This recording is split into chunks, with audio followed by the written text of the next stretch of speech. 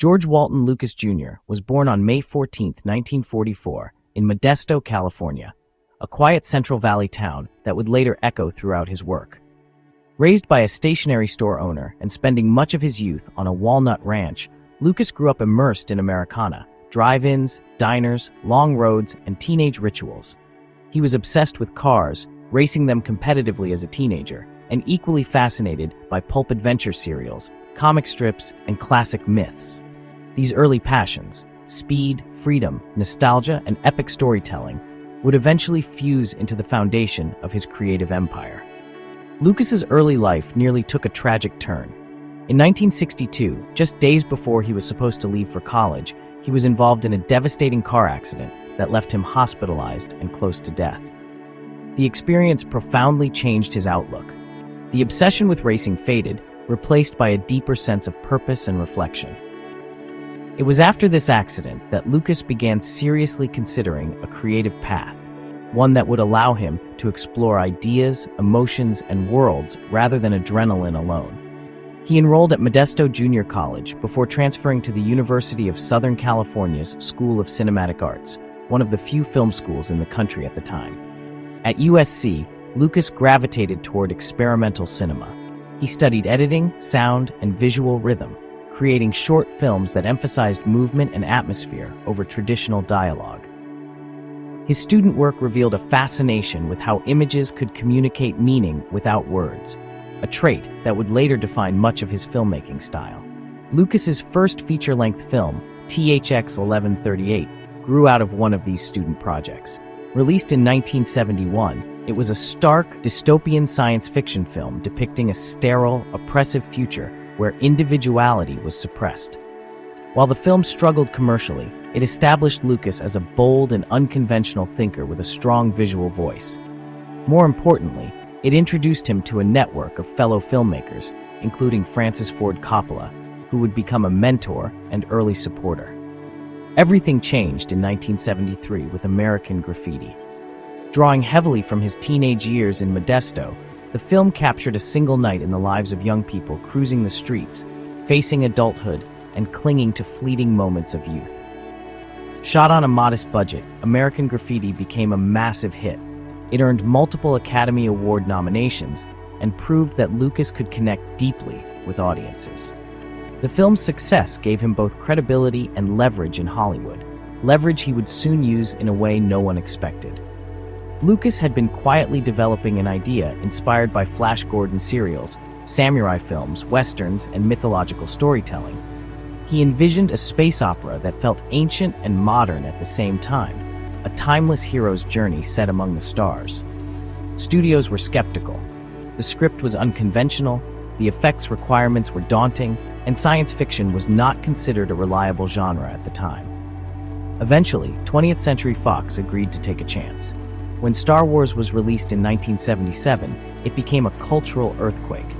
The film shattered box office records, captivated audiences across generations, and transformed science fiction into mainstream entertainment. But what truly set George Lucas apart wasn't just the movie itself, it was the business decisions behind it. Lucas famously negotiated to retain sequel and merchandising rights, a move that studios viewed as inconsequential. That decision would become one of the most lucrative in entertainment history. Star Wars toys, books, games, and merchandise generated billions of dollars over the decades, dwarfing the film's original box office returns. Lucas had effectively rewritten Hollywood's financial playbook. Movies were no longer just films, they were platforms for expansive, long-term franchises. This insight laid the foundation for modern blockbuster economics. To bring Star Wars to life, Lucas realized existing technology wasn't enough, so he built his own. He founded Industrial Light and Magic to create the film's groundbreaking visual effects. What began as a necessity for one movie quickly became the world's premier visual effects studio. ILM went on to pioneer techniques that shaped everything from digital compositing to computer-generated imagery, influencing nearly every major blockbuster that followed. Lucas didn't stop there. He launched Skywalker Sound to push audio design to new heights and created THX to ensure consistent sound quality in theaters worldwide. These ventures weren't just profitable, they fundamentally changed how movies were made, experienced, and evaluated. Lucas understood that controlling technology meant controlling quality, and controlling quality meant protecting the audience experience.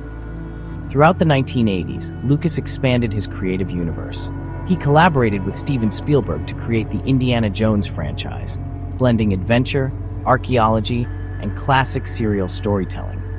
While Spielberg directed the films, Lucas was the conceptual architect, shaping the characters and mythology. This partnership further cemented Lucas's role not just as a filmmaker, but as a master world builder. By the late 1990s, Lucas returned to the Star Wars universe with the prequel trilogy. These films explored the rise of Darth Vader and the fall of the Galactic Republic. They were technologically ambitious, pushing digital filmmaking into new territory. Lucas embraced computer-generated environments and digital cameras years before they became industry standards. The prequels were divisive.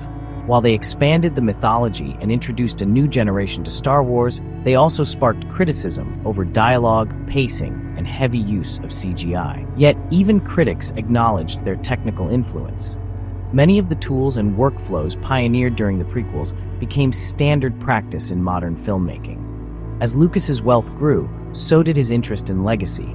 He built Skywalker Ranch as both a creative sanctuary and a technological hub.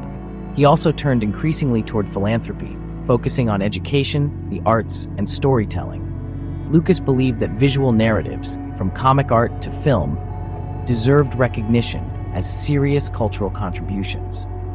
In 2012, Lucas made one of the most consequential decisions of his career. He sold Lucasfilm to the Walt Disney Company for approximately $4.05 billion. The deal included Star Wars, ILM, Skywalker Sound, and related assets. For Lucas, the sale was about succession. He wanted his creations to continue evolving beyond him and believed Disney had the resources to steward them into the future. The sale instantly made Lucas one of the wealthiest filmmakers in history. He pledged to donate the majority of the proceeds to philanthropic causes, particularly education. One of his most ambitious projects became the Lucas Museum of Narrative Art, dedicated to celebrating storytelling across cultures and mediums. Lucas's personal life remained largely private. He adopted 3 children and later married Melody Hobson, a business executive and philanthropist. Together, they focused on charitable initiatives and long-term cultural investments rather than personal extravagance. Today, George Lucas's influence is almost impossible to escape. His films reshaped modern mythology. His business decisions transformed Hollywood economics. His companies built the technical infrastructure behind contemporary cinema, and his commitment to storytelling helped legitimize popular culture as a serious art form. George Lucas didn't just make movies, he built systems. Systems for storytelling, for technology, for commerce, and for legacy. From a small-town kid obsessed with speed and serials to a billionaire architect of global franchises, his story is one of imagination paired with control, creativity balanced by strategy. Few individuals have altered the trajectory of modern entertainment as profoundly as George Lucas, and his galaxy continues to expand long after he stepped away from the director's chair.